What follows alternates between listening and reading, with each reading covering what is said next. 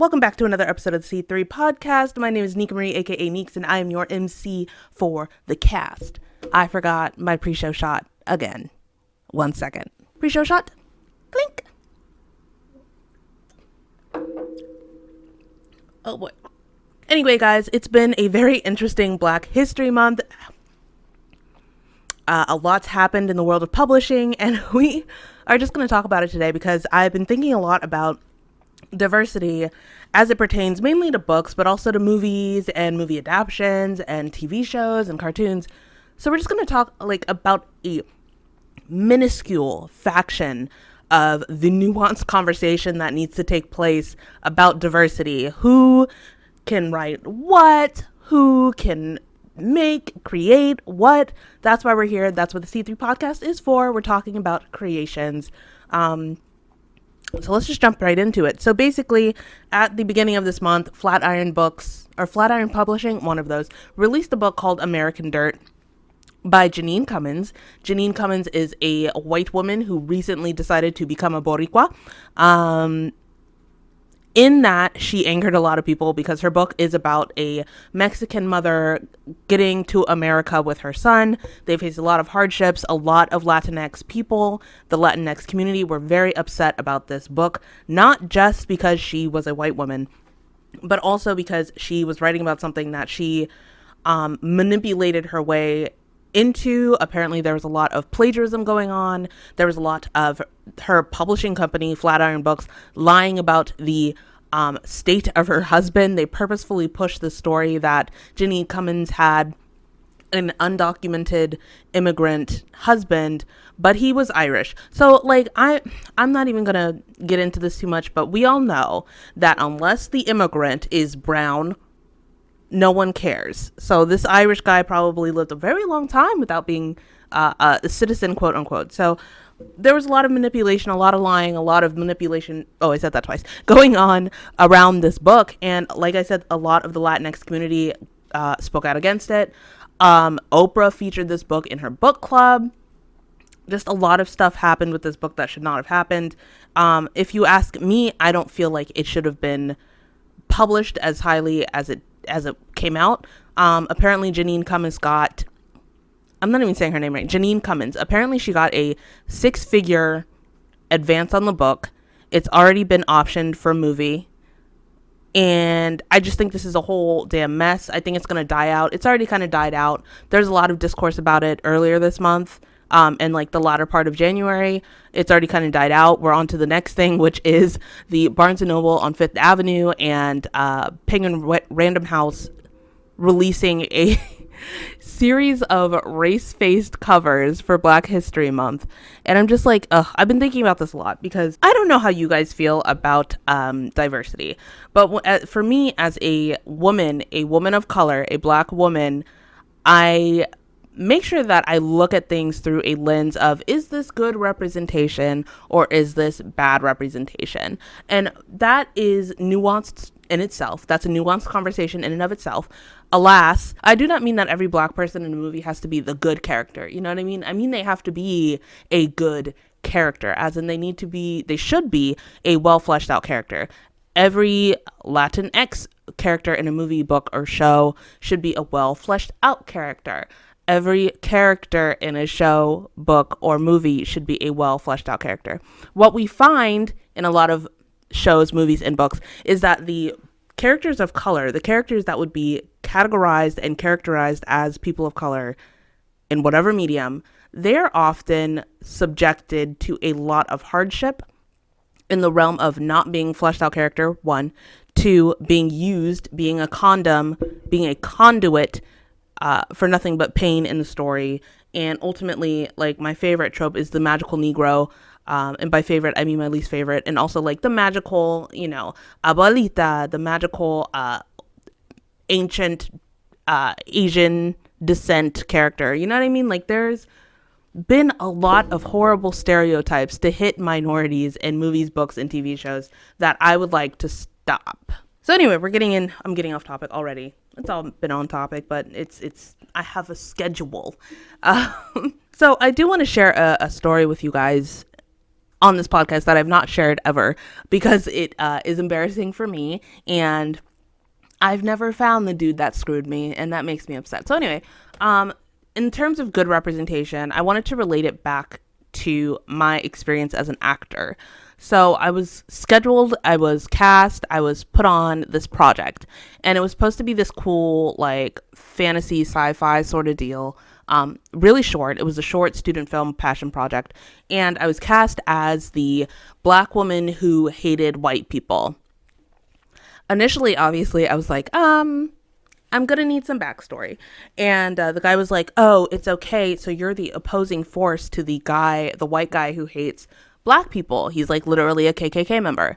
And I was like, oh, okay, that makes sense. Everything about this makes sense. And the dude, we got to the first table read, and it was fine. Everything was fine. Like, it actually made sense. All of it made sense. My stereotypical black angry woman trope made sense because there was this angry ass white guy who was a racist down to the deepest part of his bones. I was the opposing force to that. Now, at the second table read, it turns out that the white guy who was playing that guy decided he was uncomfortable with it, which is understandable. I was uncomfortable with my role as well.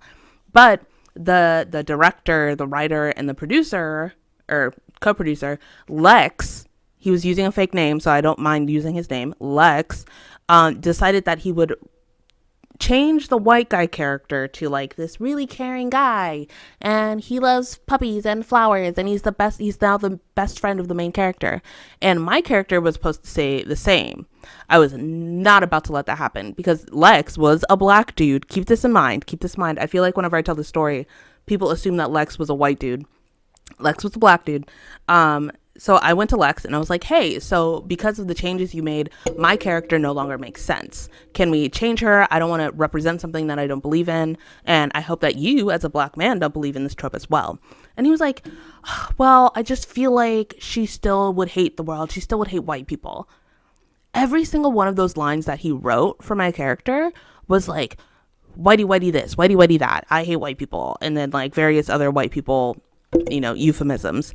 And it didn't make sense in the context of the story anymore. So I was like, okay, here's the deal, dude. Like, it doesn't make sense. If you want to make this project with this character as a complete and total stereotype of an angry black woman, you can do that, but it will be shit. What do you want to do? And he was like, oh, okay, I see your point, whatever. Let's change her. So a week goes by and he's like, I decided not to change your character. I like that she's an angry black woman, and I like that she has this afro. And I'm like, pause. So you guys have literally never seen my natural hair unless you follow me on Instagram. My natural hair is not the texture that can handle like the giant 70s fro that he wanted. So he also sent me a picture of this clown afro he was spray painting black. And I said, oh, hell no. And I was like, this doesn't make sense. None of this makes sense. Why are you doing this? And he's like, well, you just have to understand that, black women are angry and they need to be allowed to be angry. And I'm like, I am very angry. I understand black women's anger, but I'm not going to let you turn me into a caricature of black women. I'm not going to let you do it. And so we went back and forth for I want to say 3 days. And he was like, you know what? Fine. You're right. Blah, blah, blah. In the end, he ended up not putting me on the project. And I'm totally okay with that because I wasn't about to be a part of bad representation. That character was an example, a perfect example of bad representation. So let me swing it back. Let me swing it all back for you. In terms of American Dirt, I have not read it and I do not intend to read it, but apparently what's being said is that it's bad representation for the Latinx community, specifically Mexican women and Mexican children. There's apparently a lot of stereotypes in there, such as and bad Spanglish and apparently the writing's not even good, but I have not read it myself. I can only go by what the Latinx community has been writing about it. And that's bad representation. Janine Cummins, a white woman who recently decided to accept her Boricua heritage, right? She decided to write a stereotypical bad representation of Mexican women trying to find a better life for their child. That is unacceptable. What's more unacceptable is that she received 6 figures for it. I don't know the exact number of 6 figures, but as you guys know, that's about $100,000 if you go minimum. So the problem here is that this white woman got paid for a stereotypical bad representation of the Latinx community, right? Let's go on to a different representation problem. I haven't read Serpent and Dove either, the reason I haven't read it is because I watched Bow Ties and Books, Jesse E's review of Serpent and Dove, and they decided to go on a very informative rant about why Serpent and Dove did not service the one black witch in that book, right? The black witch in that book was named Ebony. She was not described as anything sufficient. She was a condom. And you should not treat your LGBTQIA+, your POC, your quote unquote, non-typical characters as a condom. AKA, you fill them up and then you discard them. So you fill them up with, superficial, surface level description, and then you throw them out. That's bad representation. So I decided to ask myself, right, what am I happy? Am I happy when other races write other races, right? And the thing is, the blanket statement is yes. I love seeing people branch out, because the thing is, I read a lot of fantasy, and fantasy has this interesting thing where the default is still white, and I hate that. But I always talk about this book. It's the Fallen Isle series. Jodi Meadows is a white woman.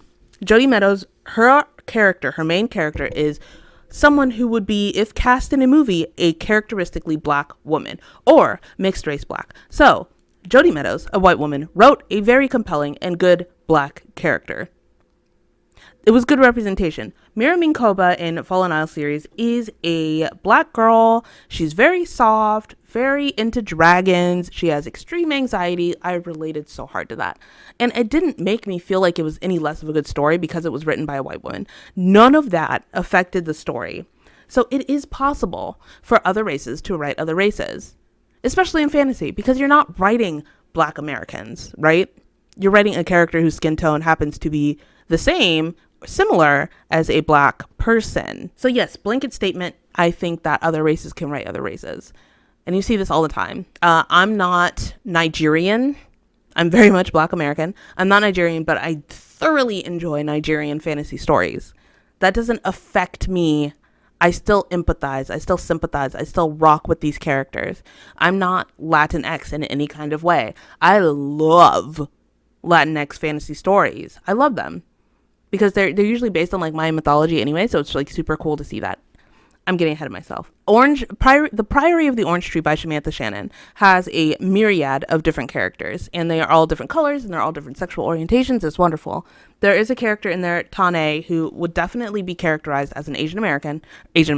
I meant to say East Asian. Anyway, don't cancel me. And she's just a person. When you can write people, that's when you are a great writer. If you depend on stereotypes to write your book or write your show or write your movie, you are a bad creator. I'm just going to tell you straight up. It's a bad thing. Again, nuance. You can write a stereotype as a way of starting a conversation, starting a satirical commentary, right? But overall, a lot of people are using stereotypes as their only basis for someone in their stories, be they books, movies, or TV shows.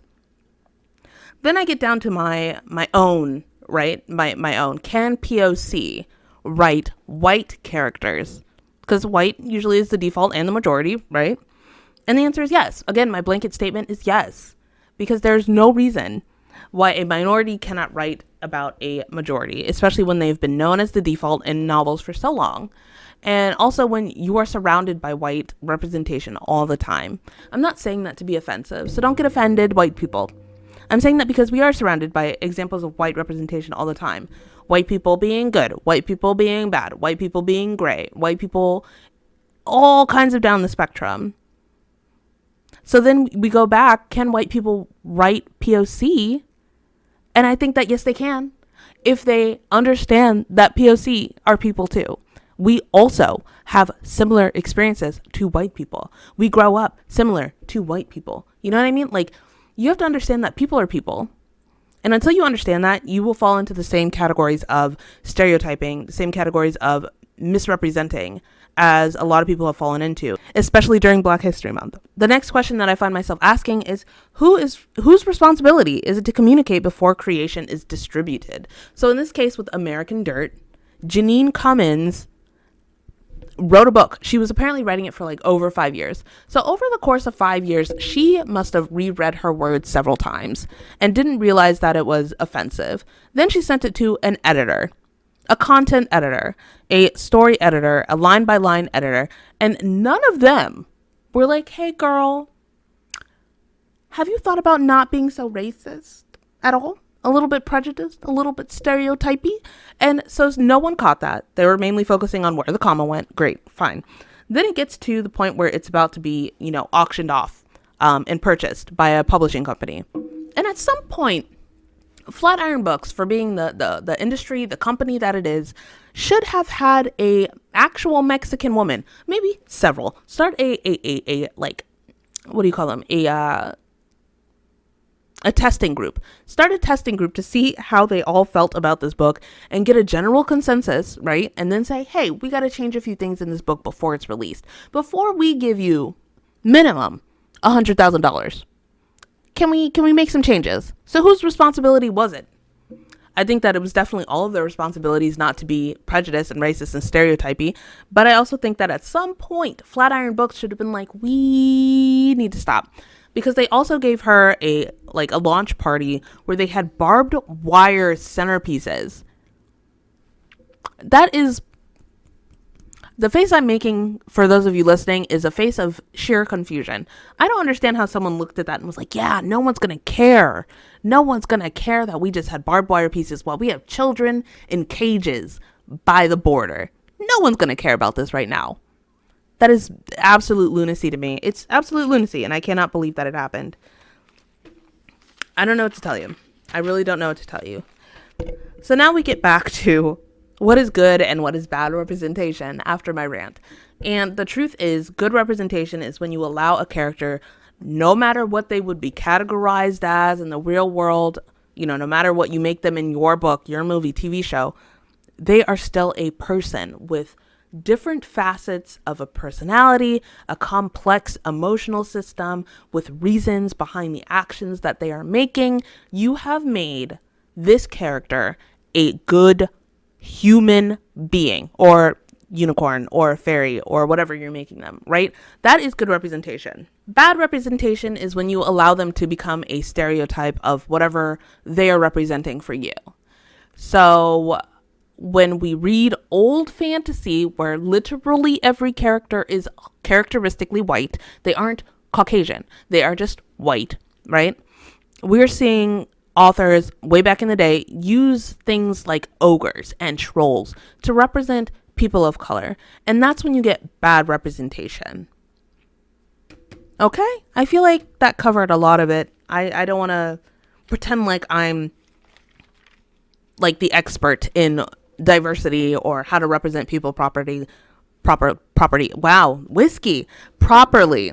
I'm just someone who really enjoys reading. I'm someone who really enjoys watching TV. I'm someone who really enjoys watching movies. So when I see things that are obviously offensive, yeah, I get a little pissed off about it because I'm like, it was so easy for you to just write a human being and not a stereotype. So for those of you who are creatives out there and you're thinking of doing something with a character that would be characteristically, quote unquote, characteristically, some other race out in the real world, right? So when you have a fantasy world, those people aren't black. Like, they have dark skin, maybe they have kinky coily hair, maybe they have brown eyes and they have big lips and, rounded noses and I don't know, whatever. They're not black. They are the Falarian people, right? The Falarian people, if cast in a movie, would be cast as black people. But they aren't black. They're Falarian. You guys have to understand this, okay? There's layers to this shit. So when you're writing, it's not that you're writing Black Americans or Africans for that matter.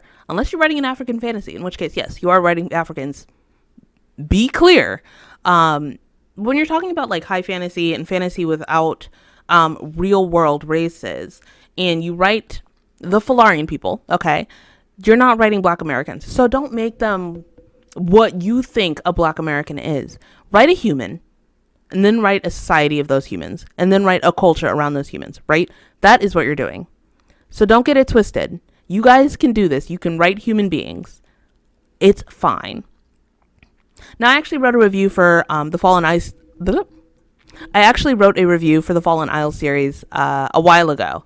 And in that review, I did mention that a lot of people felt like Jodi Meadows was like black-facing a white character. I didn't feel that way because I identify so hard with Mira Minkoba because I do have severe anxiety. I do have a lot of shit going on, and sometimes I find it easier to talk through my feelings than to punch through a wall with my magical powers, which I wish I had. So it was really weird for me to read that people didn't like the book for that reason. And they were mainly coming at it from a place of, oh, Jodie's not black, so why would she write a character that would be characteristically black? And honestly, I respect Jodie for that, because she wrote a human first, right? She wrote Mira, and then Mira happened to have brown skin. That's what that was. I didn't feel like it was offensive, but I'm not Elle Sharpton, guys. I don't speak for all black people. But I do know that I wasn't offended by that book. And in fact, it's one of my favorite books. It's literally right on my bookcase, and it will stay there for forever. I've wrote a little tiny list. Oh, it's super tiny. Oh, it's like 3 points. I wrote 3 points that will help you not stereotype your characters that would be characteristically black or Latinx or Asian or whatever. So here we go. You want to avoid making your quote-unquote non-default characters, aka POC, LGBTQIA plus people, disabled people, you want to avoid making them a token or a stereotype or a parody of themselves, right? Or their real-world counterparts. Number 2, don't make them a token or a trophy. I mentioned that a little bit in my previous point, but don't make them a token or a trophy, because that's not cool either. You making them this isolated character is not okay unless there's a reason for it. Here's the thing, your characters have to have reasons for things. So you can't just be like, this magical character who would be real world black suddenly showed up one day and there's no explanation for it. Like, there's always an explanation. Give them room to be human and have that explanation. But also don't make it so weird that they have to have a reason for existing. They exist. Give them a reason for being there, not for existing. Do you guys understand? Does that make sense? That might be confusing for some of you, and that's fine. Feel free to comment down below if it's confusing for you. Feel free to reach out to me. I love talking about this stuff because I love story crafting. I love theory crafting. The third and final point is, if they are only there to magically help or only exist in reference to the main character, then that is poor representation. Okay? If they are your magical Negro character, they are not good representation.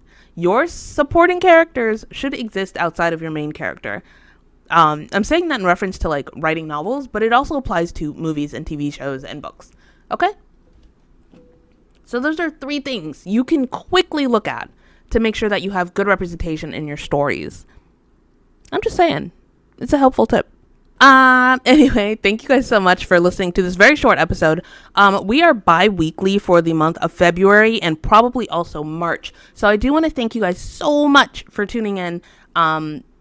We're going to keep having chats like this. We're going to keep talking about creators, creations, and having conversations about them. I'm so excited to always be making episodes for you guys. If you guys are missing me for whatever reason, make sure you check me out on YouTube. I'm youtube.com/Neeks. In addition to this YouTube, which is youtube.com/C3podcast. You can also check me out on social media. All of those links will be down in the show notes below. If you're watching on YouTube, the description box below. And I will see you guys next time. Okay, bye.